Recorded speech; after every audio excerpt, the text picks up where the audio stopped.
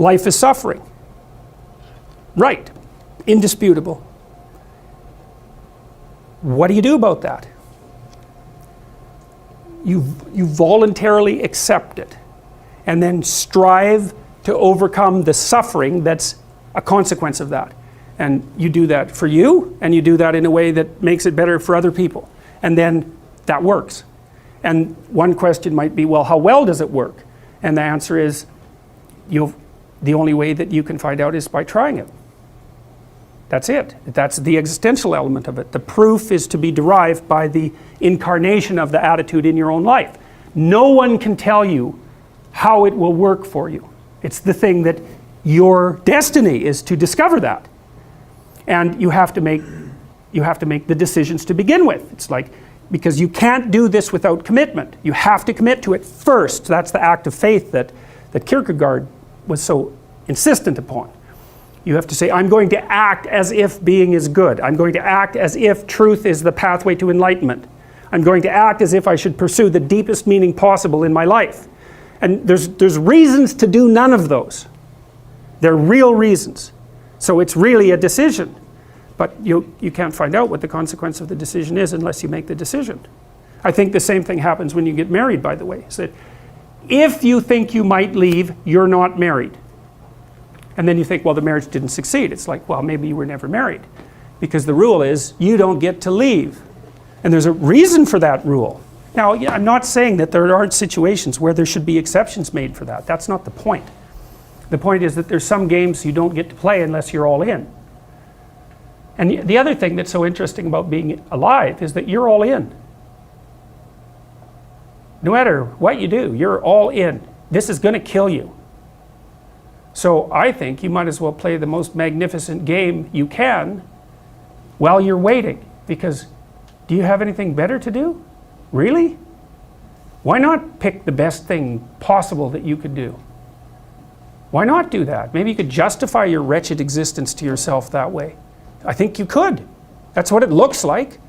You know, people find such meaning in the responsibilities they adopt. It stops making them ask questions about what life is for. If you have a newborn child, for example, like unless you're really in a bad way, psychotically depressed, or maybe your personality really needs some retooling, you stop thinking about anything but ensuring that that baby is doing well. And if someone comes along and asks you an existential question about your commitment to that, the right response is, why are you asking me such stupid questions when this is manifesting itself right in front of your eyes? Like, how blind can you be? That isn't a time for questions about the meaning of life. The answer is right in front of you. And if you can't see it, it's not because life has no meaning, it's because you're blind. I mean, that's what the image of the Virgin Mother and the child is all about. It's like, what's the answer to the meaning of life? Here's an answer. It's like, well, I'm going to criticize that. Well, go right ahead. You know, it's like what you're like a what do you call that? A termite gnawing on a temple. There's no utility in that sort of criticism. It's blindness. And it's the same thing with regards to the path of the hero. It's like it glistens in front of you and you can criticize it. It's like, fine. Put the cart before the horse and see how far you get.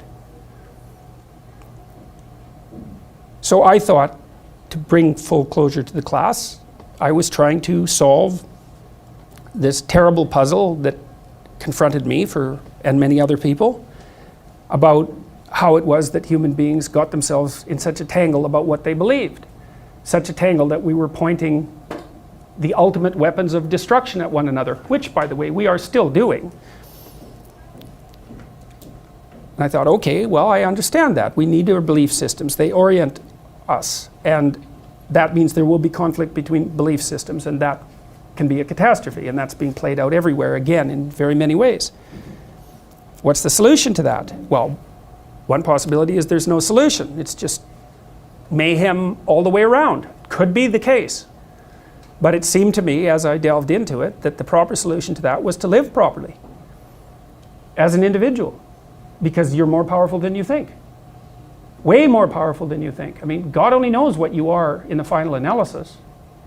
You're blind to your own weaknesses, but you're also blind to your own strengths. And so then I think, well, if you got your act together, it'd be better for you, and instantly it would be better for your family, assuming they wanted you to get your act together, and not everyone does, and then it would be better for the community. It's like, how far could you take that? If you stopped wasting time, and if you stopped lying, and if you oriented yourself to the highest possible good that you could conceive of, and you committed to that, how much good could you do? Well, I would say, why don't you find out? So that's what I think you should do. You should find out. You don't have anything better to do. And there's nothing in it, as far as I've been able to tell, there's nothing in it but good. So maybe you could sort yourself out so that you wanted nothing but the good. And then maybe you could help make that manifest in the world. And maybe we wouldn't have all these terrible problems then.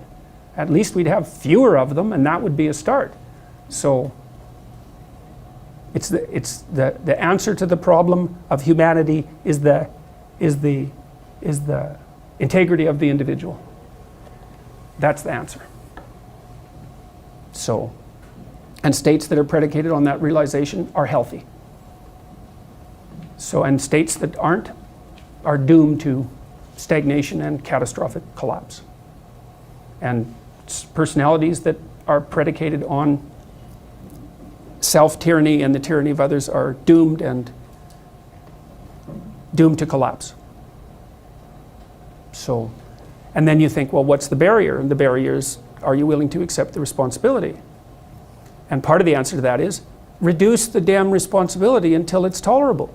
You don't have to fix everything at once. You could just start by fixing the things that you could fix. Or you could even do it more. You could do it with even less self-sacrifice. You could start by fixing only the things that you want to fix.